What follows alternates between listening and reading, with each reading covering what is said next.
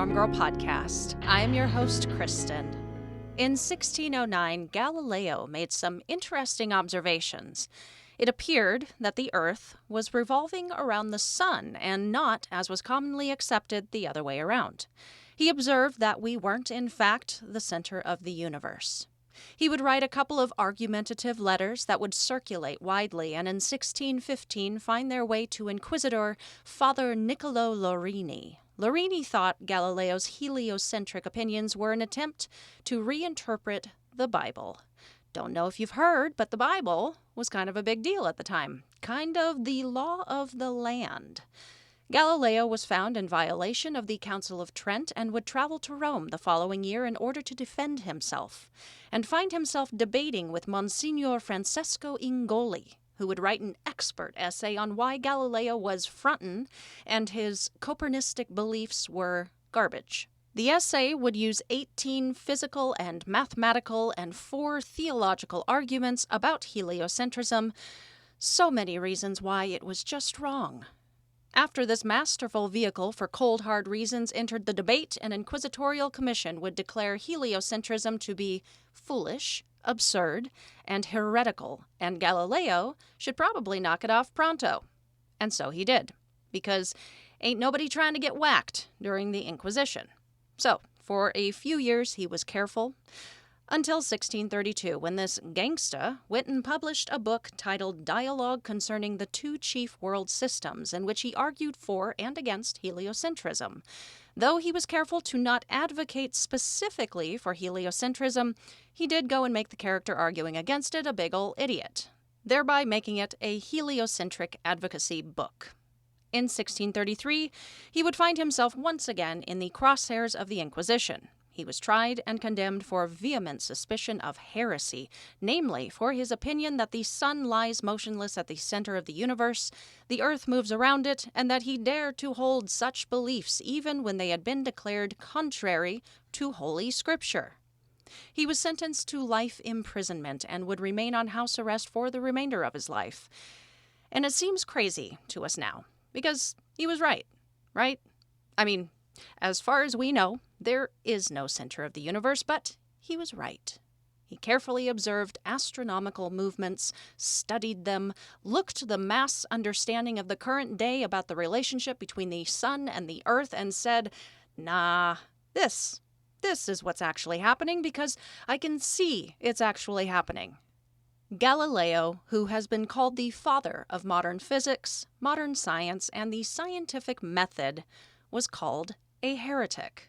His observations foolish and absurd because they couldn't accept that what they thought they knew for a fact was wrong.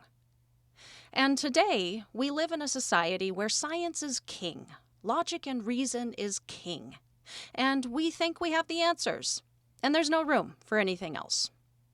All right, so we'll abide by those rules for this one.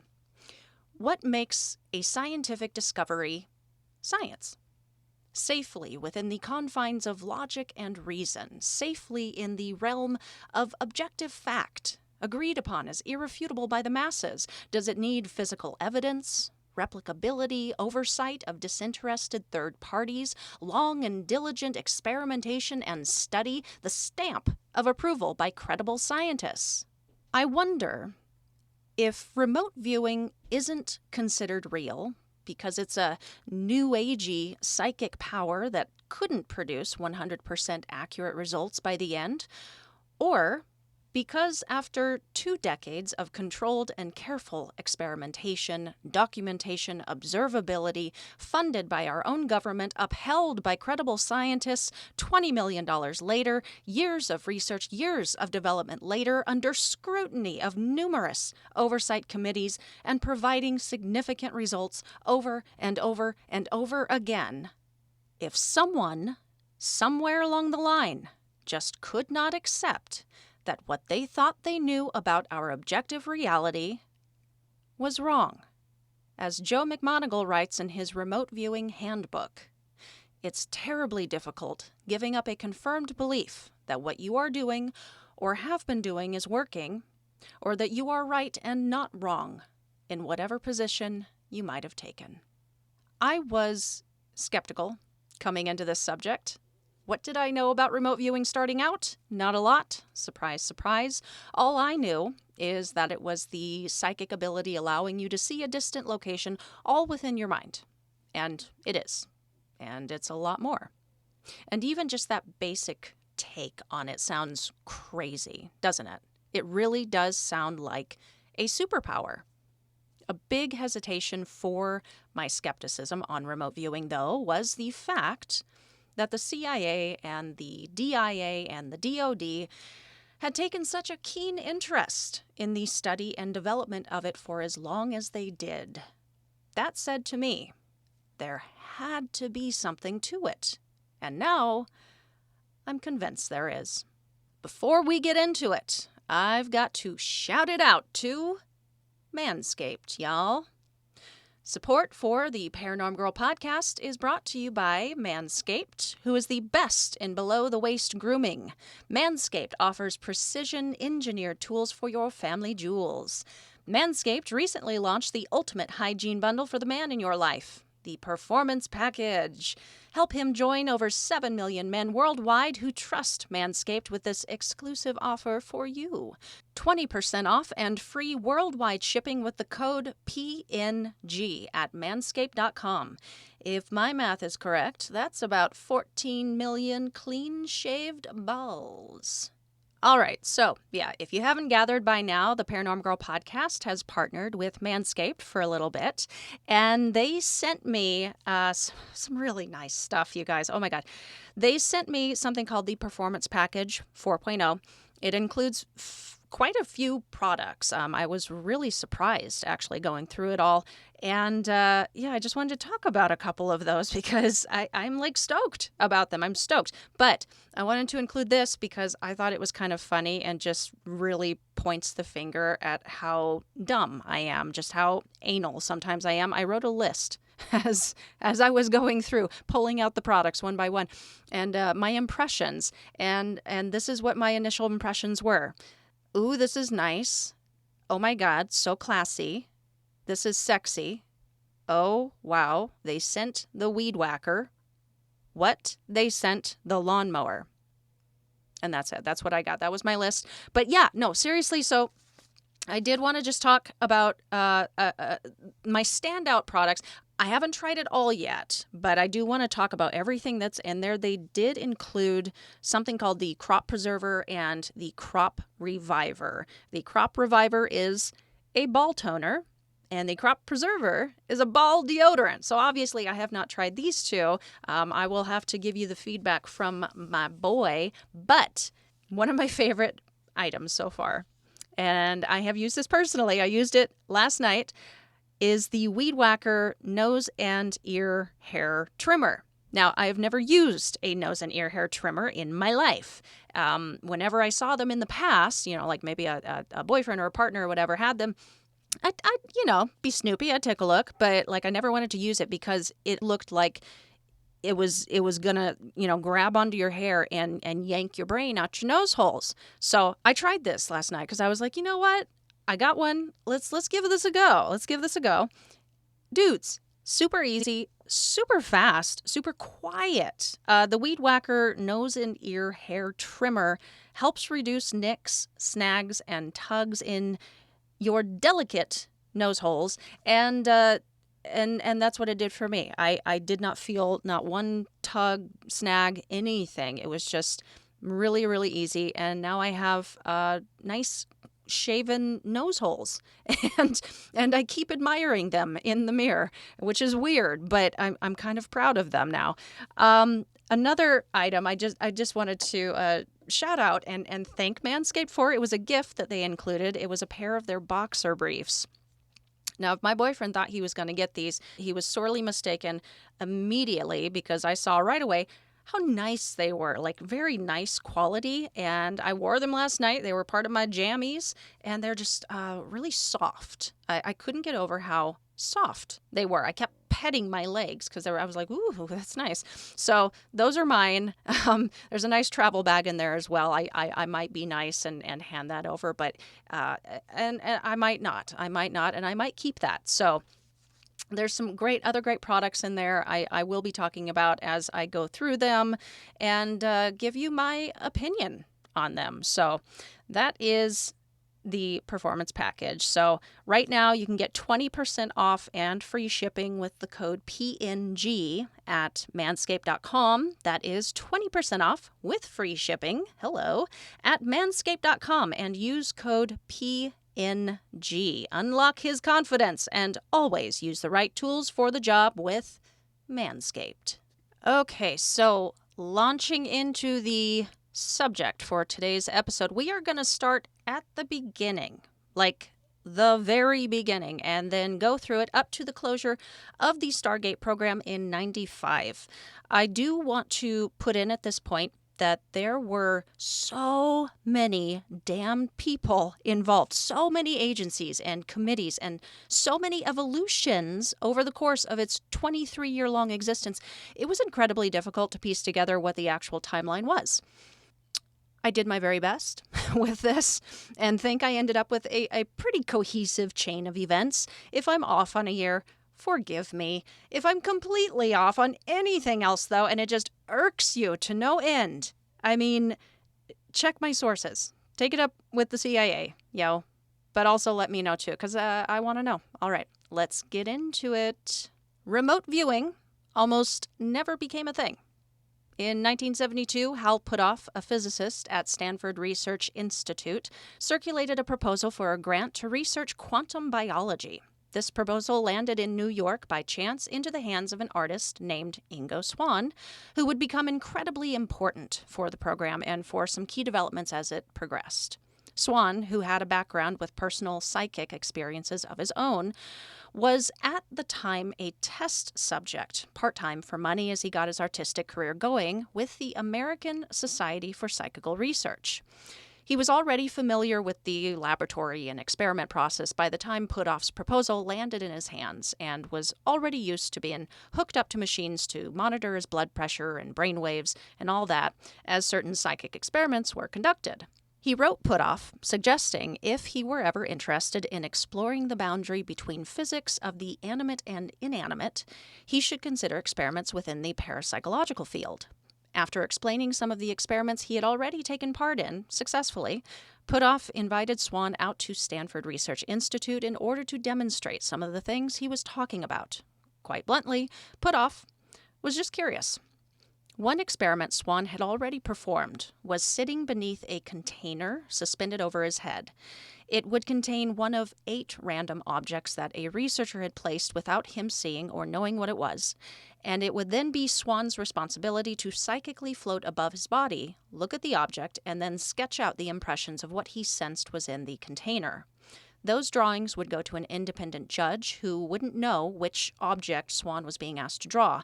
It was then up to the judge to determine and match the drawing to the correct object. If it was matched, it was determined to be a hit, if not, a miss. Swann ended up getting 8 matching hits in the correct order, a 1 in 40,000 chance of happening randomly, according to ASPR.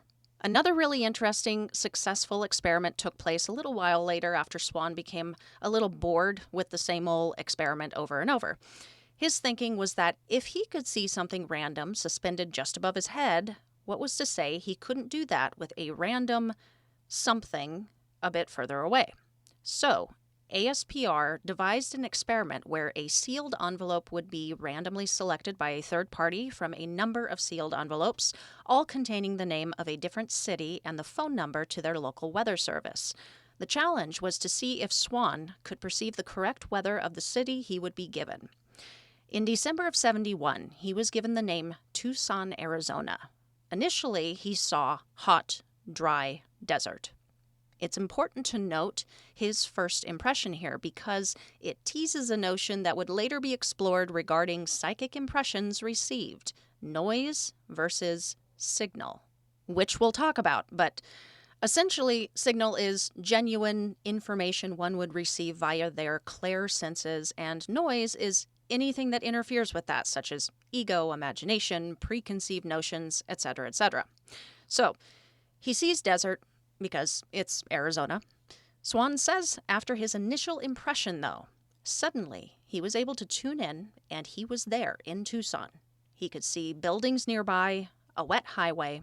It was cold, nasty, windy, and pouring down rain, which didn't make any sense and went against the initial impression, but that is what he reported.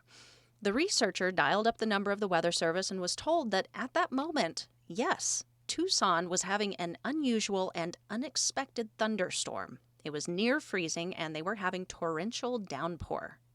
And this specific experiment was repeated numerous times with a high enough success rate that they created a name for what Swan was doing, and the term remote viewing was born. So, Puthoff was intrigued. He invited Swan out. According to the documentary Third Eye Spies, Puthoff snuck Swan into a forbidden lab at Stanford. Swan appeared to psychically move the needle of a magnetometer, a confidential machine used to sniff out nuclear explosions, and super-duper secret, that was located inside of a vault buried behind 30 feet of concrete. But he says the most impressive thing that happened came next when Swan remote viewed the interior of the apparatus, sketching out a reasonable facsimile of its inner construction. Puthoff would write up what he had observed and circulate this paper privately among colleagues. So imagine his surprise when a couple of representatives of the intelligence community who had seen the paper showed up at SRI with his report in hand, wanting to talk. After learning that the Soviets were dumping a crapload of money into psychical and parapsychological research, there was increasing concern in our intelligence community about the Russians' level of effort and what it might mean if they somehow found a way to exploit it in the Cold War. In an effort to get ahead of the problem, they had been on the lookout for a research laboratory outside of academia that could also handle a classified investigation. Hal Puthoff at the time was already performing and developing projects for the government and had already proven himself to be reliable around classified information from his time as a naval intelligence officer and when he was employed by the NSA, so SRI fit the bill. The CIA reps asked to run Swan through a few simple tests of their own, and if it provided successful results, asked Puthoff if he'd be interested in running a pilot program to further explore these abilities. He said yes, and the tests were arranged. 3 boxes were presented to Swan to remote view their contents, and according to 2 reports in the General CIA Records Collection, the subject did well, and the descriptions were so startlingly accurate that the representatives suggested that the work be continued and expanded. While it sounds like, in other accounts, 2 of the 3's content descriptions weren't quite as precise, his description of the 3rd was money. What he described as small, brown, irregular, resembles a leaf, but it seems to be alive, turned out to be a moth one of the CIA visitors had captured outside that morning. So, at any rate, the combined results of Swan's readings on all 3 were sufficient enough to initiate a $50,000 pilot study. Depending on the source you read, it was at this time Russell Targ, a colleague of Puthoff's and had already had involvement and interest in the study of parapsychology, officially joined the program. According to the Third Eye Spies documentary and what it says in the General CIA report I just mentioned, he was already quite partnered with Puthoff by this point and already had a hand in the experimentations with Swan. I am going to fast forward us a bit through the next evolution. Early remote viewing efforts went from viewing objects or symbols in envelopes to viewing local target sites around San Francisco. These target experiments started out being called the outbounder experiments, where they would send a person or a beacon under strict protocols to a target site, and Swan would remote view where they were, often successfully. These morphed into even tighter and more restricted protocols to become double-blind experiments because everyone wanted to ensure and double-check and put people through the ringer to make sure there was no other possible explanation as to how this task was successfully being performed. The assumption from any officers or monitors assigned to oversee the program over the course of its life was that there had to be some other reason this phenomena was taking place other than legit psychic abilities. Had to be. It was the entire job of people in the oversight of everything to determine if it was real, bogus, or if something else entirely was taking place. And it was in the best interests of insert name of government agency here, depending on which year we're talking about, from very early on in this process to do so. They certainly had a lot of money and a lot of reputation riding on this. And if they could prove what they were doing at SRI was total BS, then that meant what the Russians were doing was BS. And that seems like an easier solution to their problem rather than understand something real was taking place and having to deal with that. But also something else, something interesting to file away in your knowledge buckets, this outbounder experiment would be performed in various independent outside laboratories at the time, oddly enough producing similar results and ratios of hits to misses. Now, leave it to Ingo to get all wiggly and squirmy early on. To expand on these outbounder tests, he suggested they remove the beacon person entirely and simply start giving remote viewers geographical coordinates of a target site. It was codenamed Scanate, and CRV, or Coordinate Remote Viewing, was born. And this began with some success, as well, as you are about to see. In '73, Kit Green, one of the CIA's monitors, asked a colleague for some random coordinates. Nobody knew anything about these coordinates, including Kit, who handed them off to Puthoff to give to Swan. When Swan viewed, he described what he was seeing as such. This seems to be a strange place, somewhat like the lawns that would be found around a military base, but I get the impression that there are some old bunkers around. He sketched out buildings he was seeing, a guardhouse, accordion doors big enough for a car to drive through, 4 stories below the ground, and a hallway, and handed it back in. Kit took it back to the colleague who had given him the coordinates, who told him this is incorrect. The coordinates he'd given him was for a log cabin that he'd built in West Virginia. So they all thought, what a huge miss. However, another subject of the program, one Pat Price, was also given the same coordinates. Pat was a former police commissioner and became involved with the program after a chance encounter outside of SRI with Ingo Swan and Hal Puthoff, who he knew through Scientology, and had expressed interest in the work they were doing in this program. He himself had experienced moments of intuition and gut instinct that helped him during his time as an officer and on crime scenes, and was happy to take a crack at this remote viewing thing. Yes, I said Scientology, okay? Yes, it's a weird connection. I don't understand it, and we don't have time to dive into whatever conspiracy might be rattling around out there about it, especially concerning a part his church may have played a hand in concerning the time around his death. I only mention it because it's information worth being aware of, and no one seems to want to openly talk about that. My gut tells me it's a whole can of worms and would make a really great episode for someone listening out there. So let's stay focused on the Stargate through line here. Pat also described a military-like facility. What?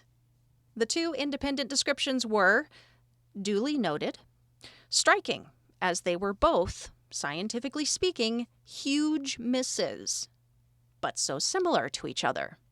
Kit Green would drive out to the coordinates to investigate. He found the cabin, and upon further sleuthing in the area, he discovered a sensitive government installation about a half-mile from the cabin.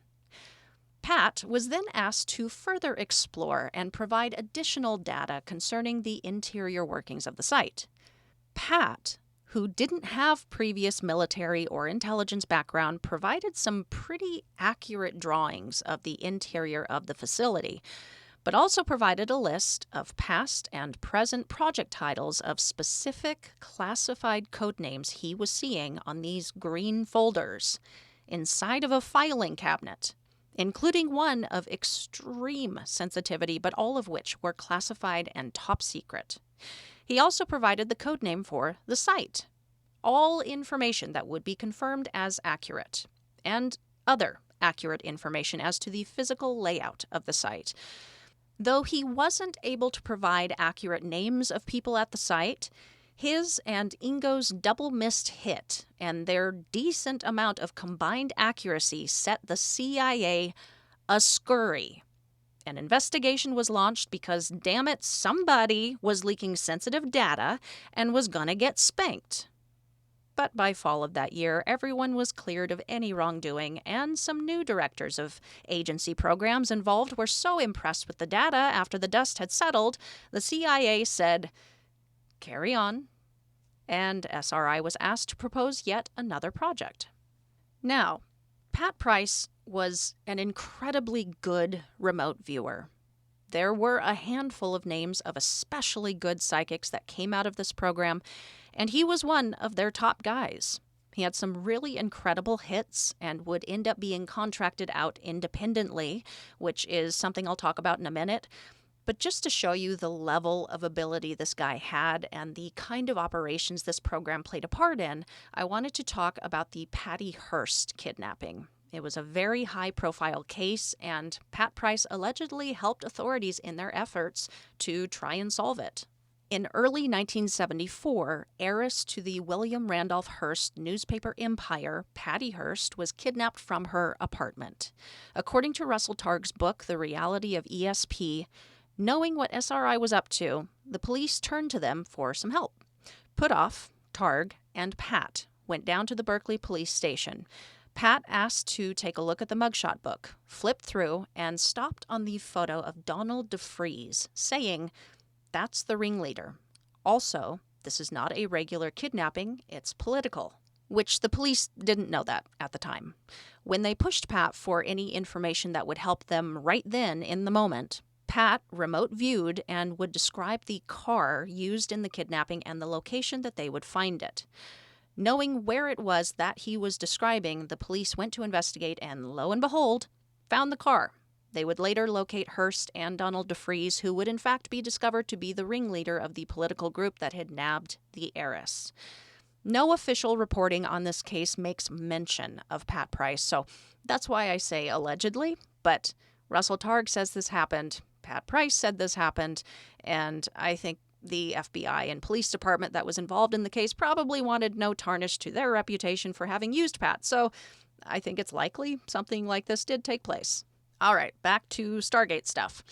SRI was asked to propose yet another project, so the new work proceeded on the premise that the phenomena actually existed and to focus on the development and utilization of these abilities. Funds went to identification and basic study of measurable physiological and psychological characteristics of psychic individuals and attempts to establish actual protocols for validating these abilities.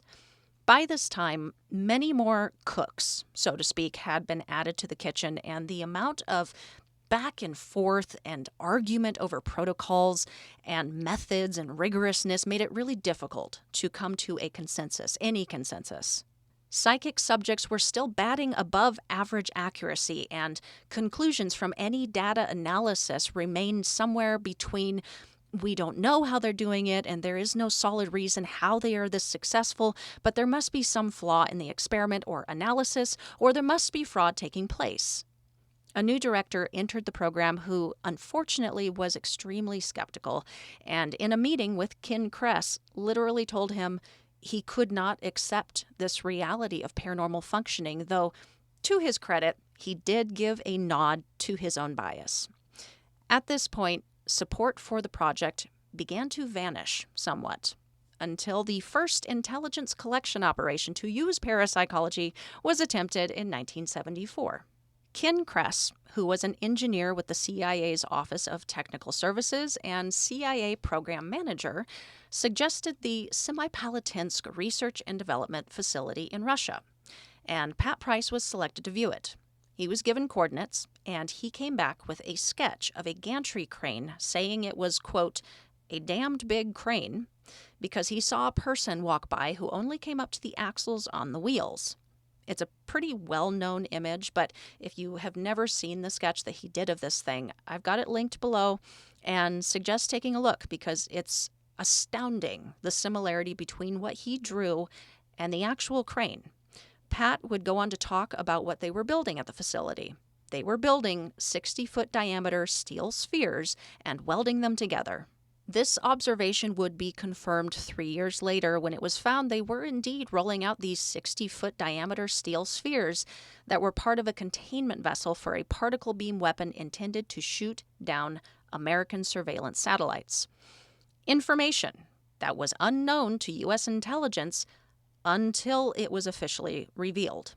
Once again scaring the pants off of the intelligence community, and once again launching an investigation.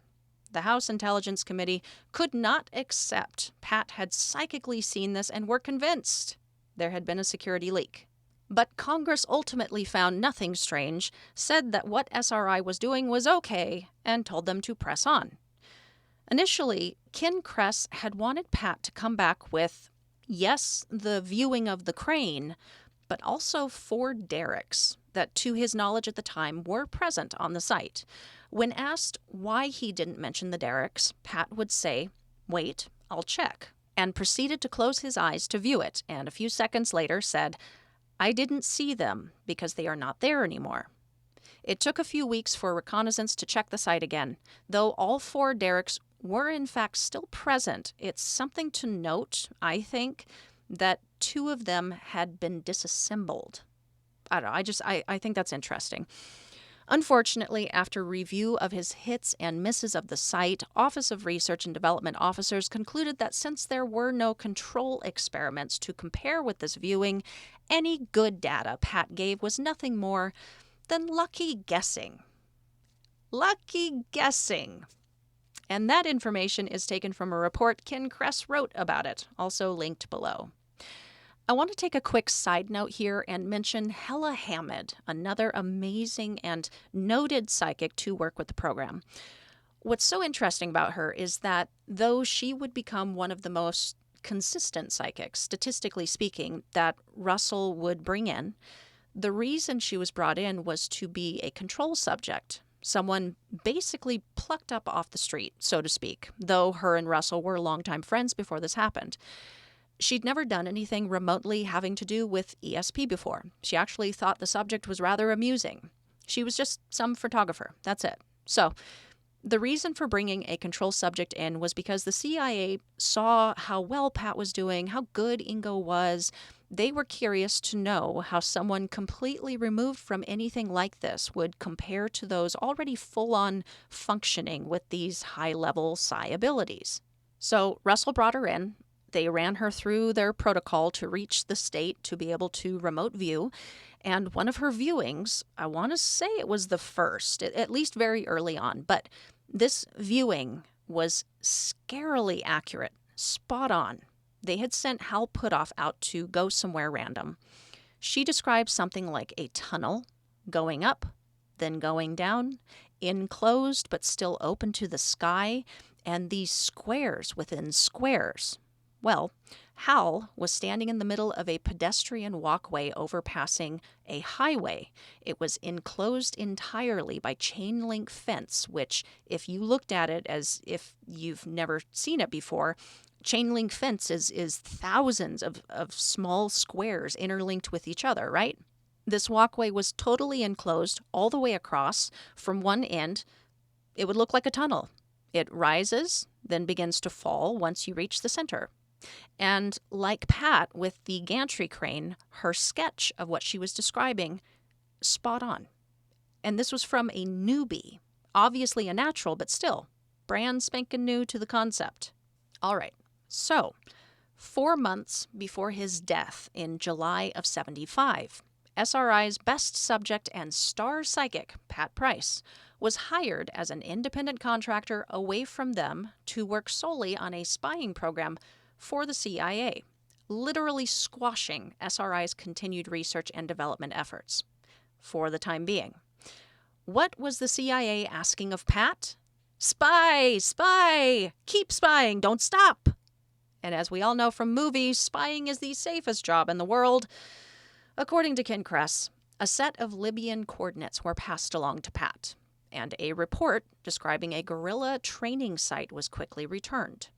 It contained a map-like drawing of the complex, and Pat described a related underwater sabotage training facility several hundred kilometers away on the seacoast. This information was passed to the Libyan desk. Some data was evaluated immediately, some was evaluated after ordering special reconnaissance coverage.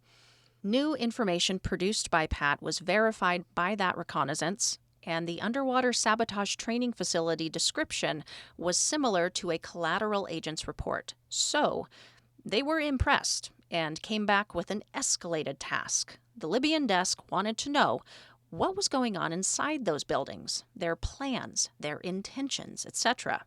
This second requirements list was passed to Price.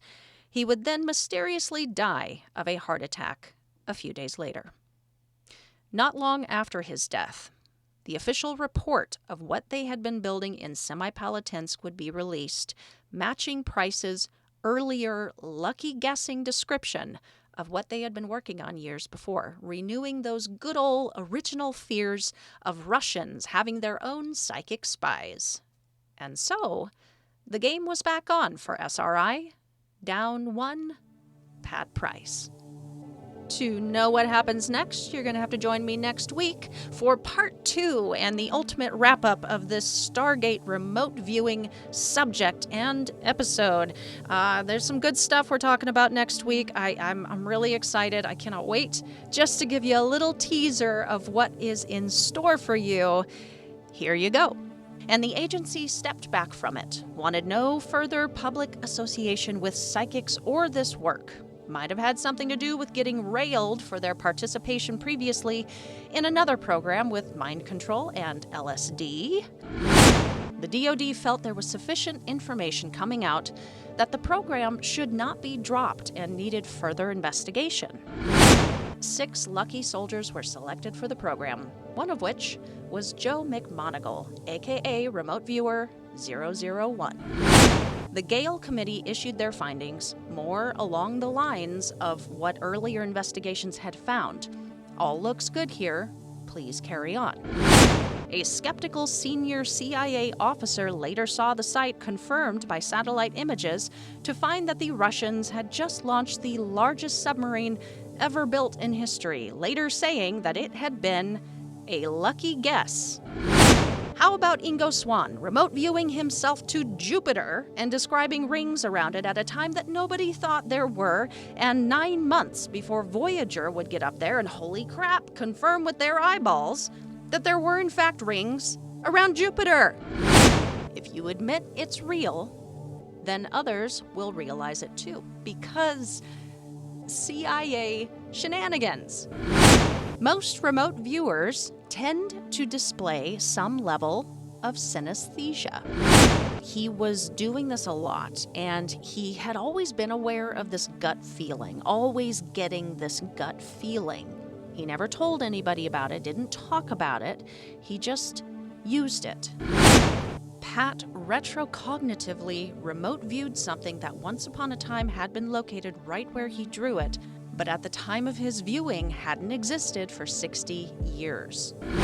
It's a real paradox having to accept that something that can't possibly be true still exists, whether you like it or not.